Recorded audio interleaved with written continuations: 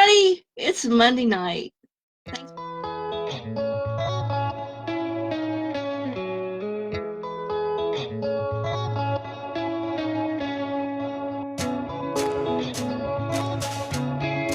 So thank you all for being here as well. My name is Rachel Curtis. I'm the adult programming coordinator. Kathryn Kauffman. Miss Kathryn Kauffman, all the way from Lexington, joining us here tonight.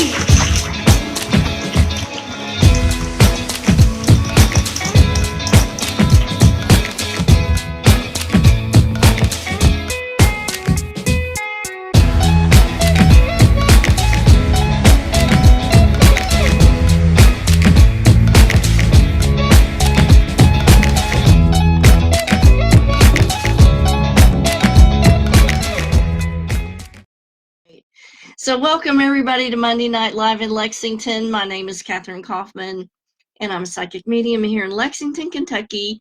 Welcome to my every Monday night show. This is where we take topics and discover what and who we are in this journey called life. Welcome everybody. Hey to Taya, good to see you. And Jennifer Welch and Steve Hawkins and Melissa Wilson, Veronica. The links that I've dropped in the comments at the beginning are the link to the YouTube channel and the link to my website.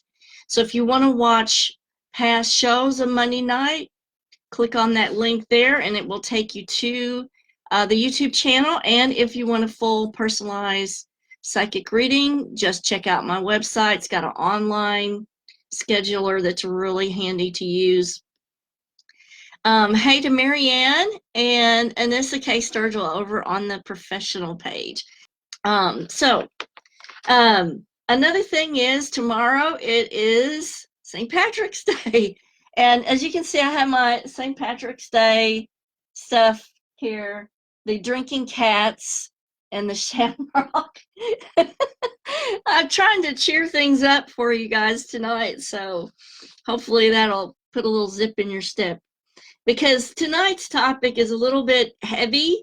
Special shout out over here on Instagram to Joy. Good to see you. Yes, happy Monday.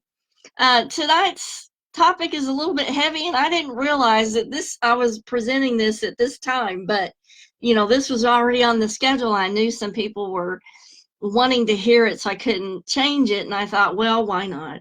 But these are end of life or dying rituals, so things that you can do, or why do them at the bedside of your loved one when they're actively passing, which, you know, used to, I think people did these dying rituals or end-of-life rituals more when they passed at home.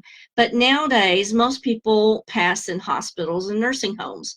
Only about 1 in 5 people actually get to pass at home. And so when you are in a out-of-home setting in a hospital or in a nursing home, it's foreign, you're not in control, and you may not feel comfortable with doing one of these rituals. But let me tell you, the staff and the nurses are extremely accommodating and will work with you to do what they can to help you put one of these rituals into place.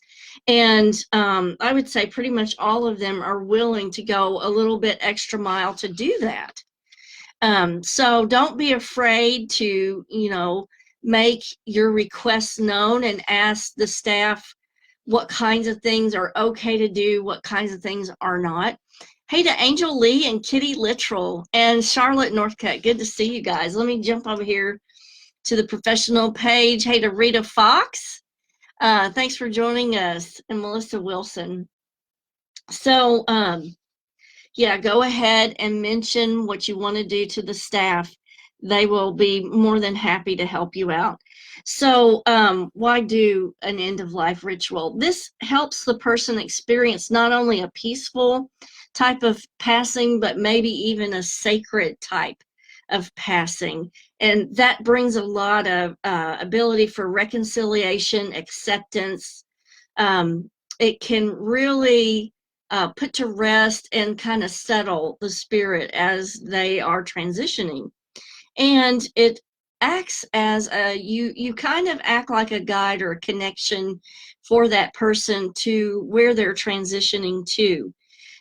There was a quote that Albert Einstein said once, that the problems we face in life cannot be solved at the place in which they are created. And I thought that was so poignant, because in a sense what he's saying is that all of the problems that we faced in this life, it's this physical life, can't be part of what's being solved, that it has to shift to a higher realm for the problems in life to be solved, which I thought was really quite poignant. I had another quote that I found from a theologian, Tom Driver, about rituals, and saying rituals are primarily instruments designed to change a situation or transform a situation. Rituals transform one state of being into another, and they carry us from childhood into adulthood. And so think about, what kind of rituals we use for people's birthdays. We sing happy birthday, we have a cake. These are all rituals that sort of transform that event into a higher state, or they attach a personal meaning to that time in the life. So rituals can be really beneficial in attaching that personal meaning for the person. And the thing about rituals is you can tailor make this for the person who's passing. And you can create something out of several things that's solely unique and meaningful to that particular person. So these are very adaptable. And so we need to try to think of these rituals in the clinical setting and somehow adapt them to a clinical setting so that these can be more readily available to people, and maybe put a little bit of meaning and peacefulness and sacredness back into the dying process, where we have lost this over the years. Nice to see all you guys over here on Instagram. Hey to Wesley, Chica Misunderstood, Betsy Conklin, Brooke, and Pablo. Good to see you guys. Shout outs over here to Kathy, Kedra, Amanda, and Denise. And let's see if special shout out to my sister, Vera. And thanks for joining us tonight. So let's get into more of this. And if you guys have any questions at all, just drop them in the comments. I will try to watch the feed for these. The most important thing about the ritual is it has to be matching the person's religious background. So that plays an enormous role in what happens at the time of death and how they perceive this dying process. So each faith pretty much has its own traditions in symbology with records to in accordance to the passing or the death. And so you can probably go back and look at the traditions of the person's religion and maybe extract some things or traditions to do for them in their dying process. Now, one of the things I did find, which is very interesting, is that the most prevalent of all religious aspects was the use of water. And at the end of the show, I'm going to give you an example of a passing ritual that's done quite a bit in the United States. But water is recognized as a universally known symbol of cleansing and purification. So water is very readily used in a lot of passing rituals. And aspects of nature are also used in these traditions. Just like the water is used for baptism, it's also used for the passing. Other substances that can be used are like holy oils, anointments, things like that, used to anoint or sanctify the body. And what that does, it assists the soul on the journey to the other side. Also, these can be accompanied by specific prayers read aloud by the person who's acting as the guide. Now, how does that benefit us? Well, not only does it act as a guide for the patient or person? But hearing is the last sensation to leave the body. And so they will definitely be able, even if they can't move or respond, they will definitely be able to hear, and they can take inner comfort in the reading of those prayers. And so another thing is, in everyday society, when we're at the bedside of somebody who's passing, we don't know what to do. And we're suffering because we're having to watch it happen. And we have no way of dealing with that inner strife of not being able to fix this, of not being able to make this better for the person who's in transition. If you take on the role of the guide for that person, it gives those last few hours a whole lot of purpose, and it really helps you work through their passing a little bit better, because it gives you a focus, it gives you a purpose, and it gives you a unique and special connection to the person who's passing. So accompanied prayers read aloud are really big for the person who's acting as the guide. And also, if you have other people there at the passing, it sort of focuses and concentrates their energy on the ritual and the efficacy of the ritual and the peacefulness and connectedness of the ritual as well. So it can really do a lot of good for the other people that are in attendance to the person's passing. So it's a really good thing to think about and to try to create ahead of time. If you know that somebody is critically ill, or maybe they are terminal, talk to them if they can still talk about what they would like. You know, what kind of music would they like to have played? What kind of prayers would they like to have said? Because after all, this is a very personal thing for them. They need to have some say in this if they can at all. Examples of these are letting go rituals for unresolved issues such as anger, remorse, sadness, and then purification rituals are on that spectrum too. So let's go into tools that we use for these type of rituals. Yeah, Patty, round two. David came in and he said, I was talking about the screen being dead. He said, it's the part of your dying ritual. Oh my God, I guess so. The dying ritual of live streaming on Facebook. Oh my gosh. Hey to Tony. Nice to see you guys. Okay, tools for these type of ceremonies. So you want something that creates a really peaceful resonance for the person who's transitioning to entrain to. So what does that mean? Everything wants to synchronize to its environment. And if you have a really irritating, loud, horrible environment, you know how that just irritates your nervous system and causes extreme agitation in some people automatically.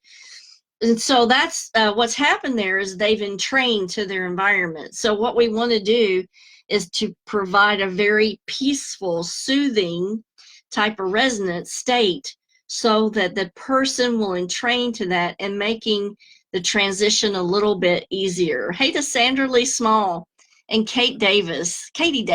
Nice to see you guys. So let's talk about the tools that we use.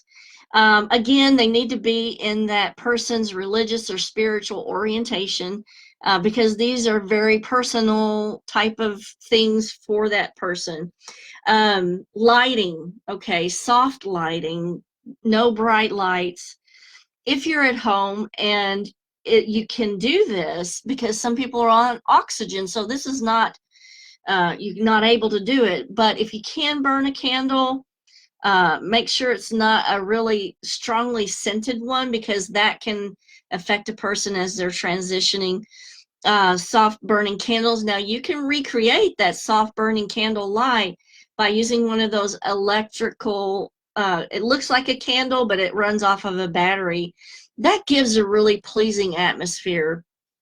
But soft lighting can really bring a lot of peacefulness and safety to sensations to the person. Like I said, make sure that they're not on oxygen, because you could blow everybody up doing that. Aromas. Now this is a delicate one, because a lot of people are feeling sick when they're transitioning and they can't handle the aromas. But if it does help them, and if it does promote a soothing resonance for them, you certainly can try sage, or scented candles, or incense, or maybe if you can't do anything burning wise, or nothing really strong, maybe a scented spray with essential oils, that something that's meaningful to that person. If that person doesn't like sage, that's not the thing that I would use for them. I would definitely ask their family, or them if possible, before this occurs, what scent that they really are spiritually connected with. A lot of people are very connected to rosemary, lavender, and cedar, actually. So if you can, ask them. If you can't, you're just going to have to kind of use your intuition on whether it's appropriate or not, and whether or not they may have a negative reaction to it. Any kind of holy or religious objects that they are connected with, maybe they have a special cross, or some symbolic type of representation that means a lot to them. You can set them up, a little altar at the bedside. Maybe they have favorite crystals that they like to use. You can set those up and arrange them with pictures or other articles that are spiritual in nature for them.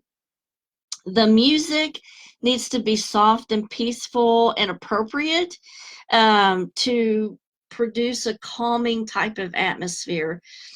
Drums, bells, but in a soft way, sounds of nature or water, because you remember we were talking about the heavy symbology of water at the beginning of this.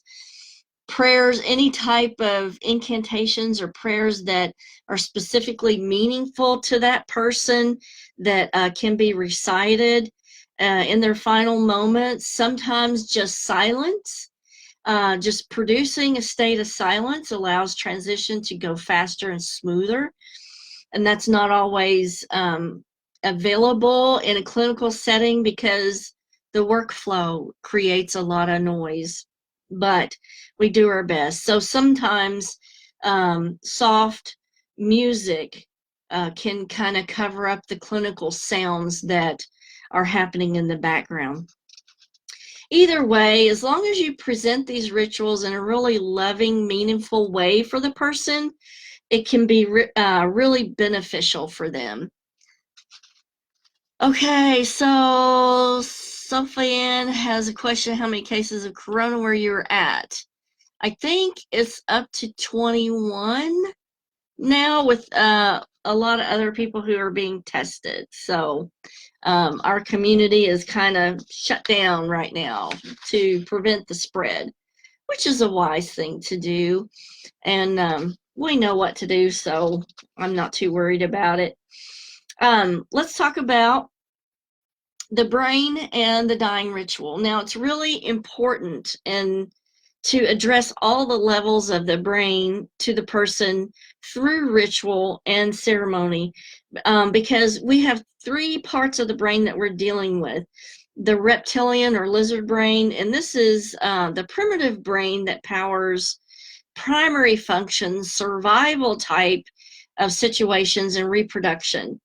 The next part of the brain is the limbic or mammalian brain, and this is a little bit more complex and oriented towards the preservation of the organization of the organism. Over time, this brain became the prime driver of the human experience, with its four emotionally laden response programs: fear, feeding, fight, sex, religion, law, are both products of our limbic brain and designed to control the impulses of this region.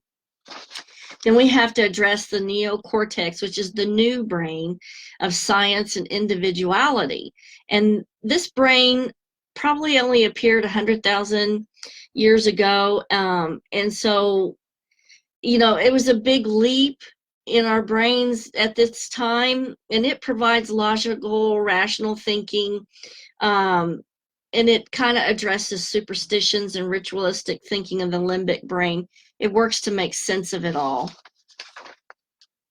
Okay, so the other part of the brain that we're dealing with is the God brain, and that's the part of our brain that transcends individuality and seeks oneness with everything, and it's located in our foreheads behind the eyebrows right here. So these are the areas of the brain that we're addressing with the ritual. So through the steps of death rites or death rituals, fear from the emotionally laden limbic brain is bypassed and becomes still. And the God brain is recognized, becomes sacred, and knows the way home. And that is what leads the person to liberation. So what we're doing by being the guide for the person is we're bypassing the reptilian brain. We're working through the limbic and guiding the brain towards the God brain. And that leads them to connectedness and sacredness. So here I'm going to give you some examples of some rituals that you can do. Okay. So a favorite song, let's say they're not a religious person or they don't have any spiritual connection. A favorite song could be played quietly in the background, or you can just hold their hand and maybe just talk them through the process. Another thing that you could do is you could just bring a small dish that has some ground up lavender or sandalwood in it, or pour a little oil into the dish and take that scented oil from the herbs and just anoint them with it. And that can go a long, long way to promoting some serenity and peace. So here's a classic passing ritual. Rituals for the dying are classically a symbolic head washing and foot washing.